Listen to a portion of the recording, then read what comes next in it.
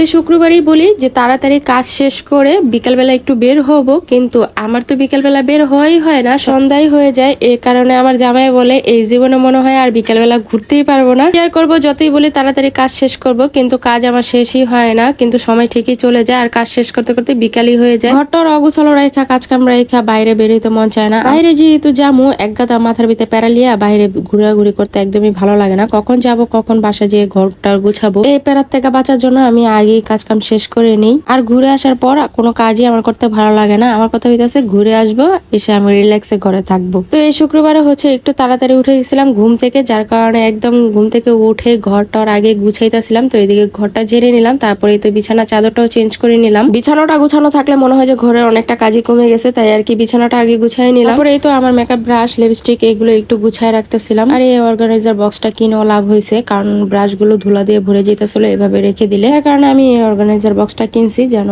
ধুলা বালু না জমে আর কি ব্রাশ গুলার ভিতরে। বক্সে ব্রাশ আর লিপস্টিক গুলো সুন্দর করে সাজিয়ে ঢেকে রাখলাম।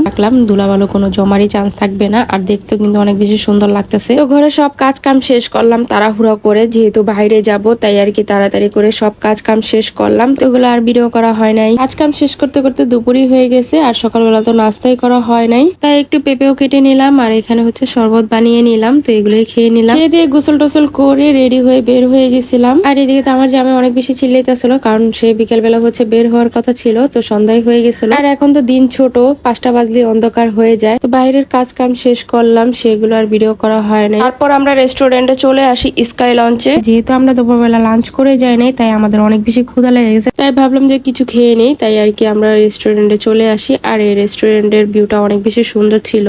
তো খাবার অর্ডার দিয়ে এদিকে আমরা হচ্ছে হাঁটাহাঁটি করতেছিলাম, আর এই উপরের থেকে হচ্ছে রাস্তার ভিউটা দেখতেছিলাম। গাড়ি আর বাড়ির কোনো অভাবই নাই। আর রেস্টুরেন্টটাও কিন্তু অনেক বেশি বড় ছিল, যার কারণে মানুষ একটু দূরে দূরে বসছে। মানুষের কোনো গাদাগাদি ছিল না, একদমই রিল্যাক্সে বসে বসে খাওয়া দাওয়া করে শান্তি মতো বের হওয়া যেতেছিল। আমরাও রিল্যাক্সে হাঁটাহাঁটি করলাম, ছবি টবি তুললাম। এদিকে হচ্ছে আমরা জামাই বউ দুজনে একটু ভিডিও করে নিলাম।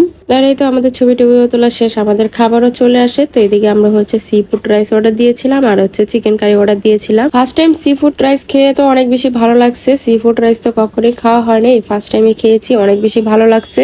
রাইসের ভিতরে কাঁকড়া অক্টোপাস গুলো ছিল, অনেক বেশি মজা লাগছে। অক্টোপাস বিশেষ করে আমার কাছে ভালো লাগছে, অক্টোপাস আমার কখনোই খাওয়া হয়নি, ফার্স্ট টাইমে আমি খেয়েছিলাম অক্টোপাস। প্রথম তো অক্টোপাস গুলো খাইতে চাইতেছিলাম না, ভাবতেছিলাম যে কেমন না কেমন হতে পারে, যেহেতু খাই নাই আগে। আর আমার জামাই তো খুব সুন্দর করে মজা করে খাইতেছিল, কারণ ও তো ওরা আগে খাইছে, তাই আমাকে বলতেছিল যে খাও, মজা আছে। পরে আমি খাইলাম। তো ওনাদের খাবার দাবার কিন্তু ভালোই মজা ছিল। তো আমাদের খাওয়া দাওয়া শেষ করে কিছুক্ষণ গল্প গুজব করলাম, তারপর আমরা বের হয়ে গেলাম। আর আজকের মতো এদিকে বিদায় নিচ্ছি, দেখা হবে নেক্সট ভিডিওতে। সবাই ভালো থাকবেন, আল্লাহ হাফেজ।